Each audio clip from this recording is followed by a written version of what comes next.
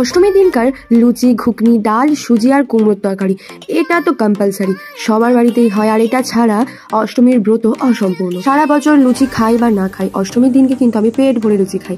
তো সকালবেলা মায়ের সাথে গিয়েছিলাম মণ্ডপে, তারপর এসে জমিয়ে খাওয়া দাওয়া করলাম। আর সন্ধেবেলা ভাই, দাদা, বুদ্ধুমান আর বৌদি ভাইয়ের সাথে বেরিয়ে গিয়েছিলাম প্যান্ডেল হপিং করতে। আরামবাগ ছিল সেদিনকার আমাদের ডেস্টিনেশন। তো আরামবাগের প্রত্যেকটা ঠাকুর খুব সুন্দর হয়েছিল। বয়েজ স্কুলের যে দুটো থিম হয়েছিল প্যান্ডেলের, দুটোই অসাধারণ সুন্দর ছিল। আর সত্যি কথা বলতে আরামবাগ আমাদের কাছে একটা ইমোশন।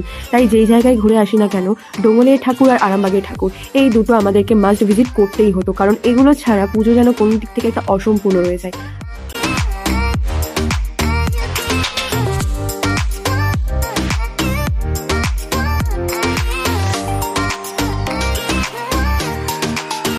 আর সব থেকে ভালো হয়েছিল দৌলতপুরের এই ইচ্ছেডানা থিম। ইচ্ছেডানা থিমটা সত্যি কথা বলতে আমাদের মেয়েদের সাথে খুব ভালোভাবে যায়। আমরা নিজেদেরকে খুব ভালোভাবে কানেক্ট করতে পারি এই থিমটার মধ্যে দিয়ে। বাই দ্য ওয়ে, আমার কেমন লাগছে তোমরা কিন্তু অবশ্যই জানিও। এই ড্রেসটা আমি নিয়েছিলাম ফ্লিপকার্ট থেকে, খুবই রিজনেবল প্রাইসে। আর আমরা রাত্রিতে খেয়েছিলাম রোমানিয়া রেস্টুরেন্ট থেকে। ওই রেস্টুরেন্টের অ্যাম্বিয়েন্স আর খাবার দাবার সম্বন্ধে তো আগেই আমি রিভিউ দিয়েছি, খুবই ভালো। চলো আর বেশি বকবক করবো না, সবাই ভালো থেকো, নেক্সট ব্লগে দেখা হচ্ছে, টাটা।